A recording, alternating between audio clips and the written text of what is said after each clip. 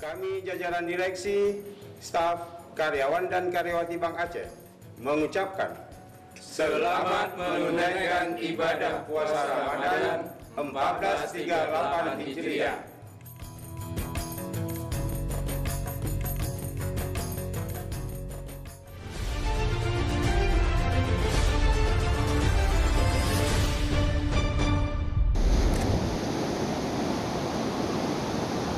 Syederalun satu unit tongkang bermuatan batu bara tenggelam dan terdampar di depan pelabuhan pembangkit listrik tenaga uap PLTU Nagan Raya di Suak Puntung.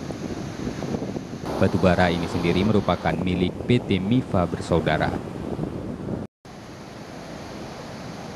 Bahkan hingga sore tadi Syederalun, peristiwa itu telah mengakibatkan kawasan pantai dipenuhi material batu bara.